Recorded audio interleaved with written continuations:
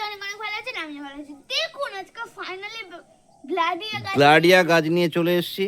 আমরা এই গ্লাডিয়ার বীজগুলো বসাবো, আর গ্লাডিয়ার বীজগুলো আমরা এই টবে বসাবো। একটা টবেতে 5টা বীজ বসাবো।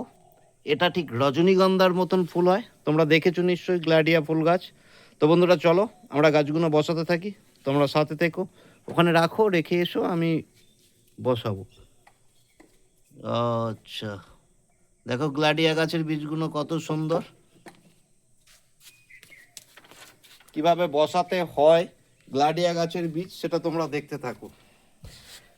এই 5টা গ্লাডিয়া গাছের বীজ, দেখো গ্লাডিয়া গাছের বীজ থেকে কত সুন্দর অঙ্কুর বের হয়েছে। এই বীজগুলো আমরা এখানে বসাবো।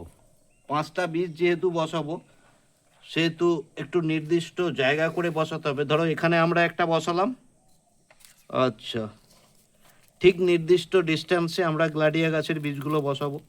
এই জায়গায় একটা বসালাম, তো কটা হলো? 2টো হলো।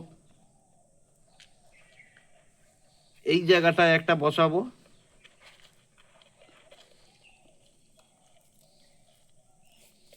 3টে হলো। আচ্ছা, বীজগুলো বসিয়ে এইভাবে ঢেকে দেবো, 3টে। আর এইখানটা একটা, আর এখানটা একটা।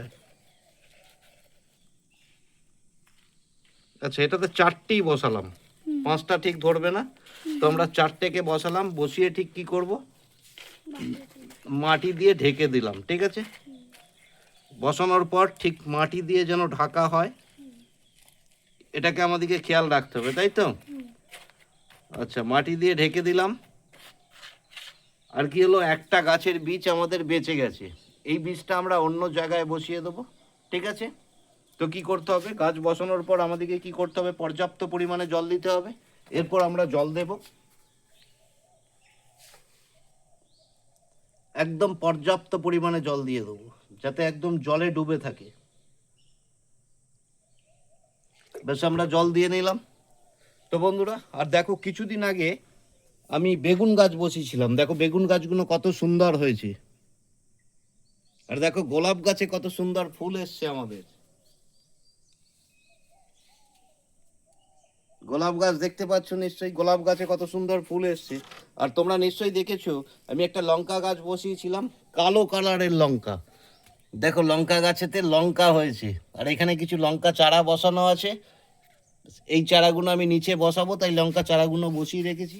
আর এছাড়াও একটা সাদা গোলাপ গাছ আছে, সেই গোলাপ গাছটাতেও দেখো কত সুন্দর ফুল এসছে। আর পাশেই বসিয়েছিলাম জারবেরা, জারবেরা গাছটাও দেখো কত সুন্দর বেড়েছে। তো বন্ধুরা, আজকের ভিডিওটা আমি এখানেই স্টপ করছি।